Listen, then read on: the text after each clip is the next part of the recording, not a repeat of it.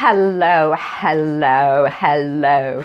I'm Sheri Burke and I'm a mindset and life coach, and I focus on women who are starting to think about retiring and they're beginning to envision what their retirement life might look like. And of course, a happy, joyous, fulfilled life starts today. So, starting today, we're going to be talking about journaling. And journaling, I don't know if you've ever done it, but journaling is one of those tools that helps in almost any situation. And one of my favorite journals, excuse me, is actually a very simple notebook.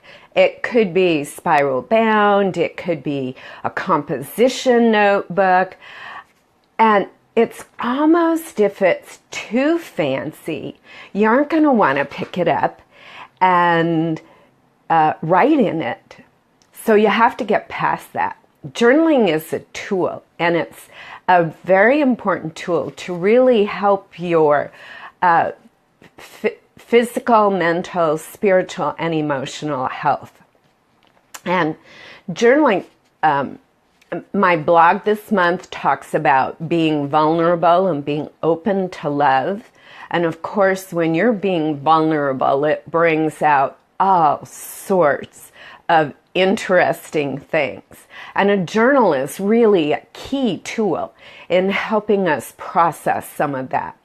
And whenever I've used a journal, I've used it for any one of a number of things, and probably sometimes the most effective is when I just sit down and put the pen to paper. There's something magical that happens, and when I'm feeling troubled or upset and I'm not certain what the next step is, if I just start to write like I'm talking to a really good friend, what almost always seems to happen is by the time I am done, what I get at the very end is an insight or an answer or something to pull me forward. It's a way that I write to God or write to the universe, and I'll turn over my questions or my problems, or I'll ask for help. So it's a great place for doing that kind of communication.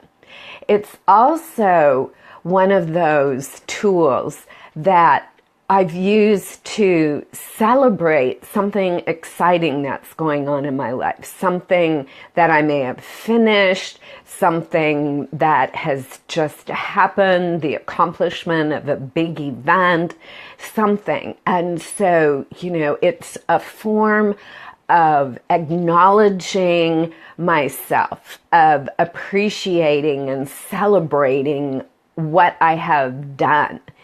And we don't do enough celebrating of our accomplishments. So this is one of the many tools we can use to do that. And it's also a place that when I've been angry or upset or I've been grieving, it's a place that I can write the pieces of what's going on. And I've talked with a lot of other people who I've coached to use this tool to set down that anger that's bubbling inside of us, or that sadness or that depression. And again, like the talking to God kind of journaling, inevitably there's a relief, there's a bit of insight in what that pain is when we put it on paper, and then we can just leave it there. It's totally amazing what happens when we write it and we put it on the paper. We can leave it in our journal. And so it's just one of many ways that we can use our journals. We can also use it as the chronology of our life, kind of the old-fashioned Dear Diary kind of thing, that things that have happened. I've used it and coached others to use it as a place to document the things that we are grateful for, that we're thanking the universe, that we are counting our blessings in our lives, to state what our intentions are for the day or the week or the month, to help us stay focused on the things that we want to accomplish. And then there's that deep dive into what might be going on in our lives that's painful or keeps coming up, and we want to get a little more insight into it. It's just a way of getting thoughtful and to writing out what's going on. So as you can see, journaling is one of those universal tools that works from soup to nuts, that lets us celebrate. It helps us understand what's going on. It's a place to count our blessings and a place that we can ask for help. So if you aren't using a journal, I would strongly recommend that you start it. And of course, whenever you pick up something new, it's a bit of a challenge. So it's okay. Know that will happen. Know it's okay.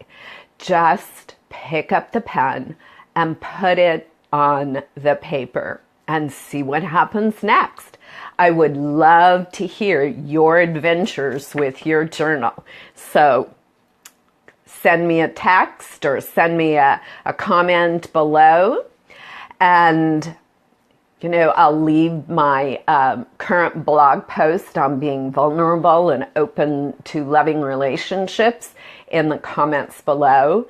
And so until next week, have a great one and explore a new tool. Here's a hug for you, and bye for now.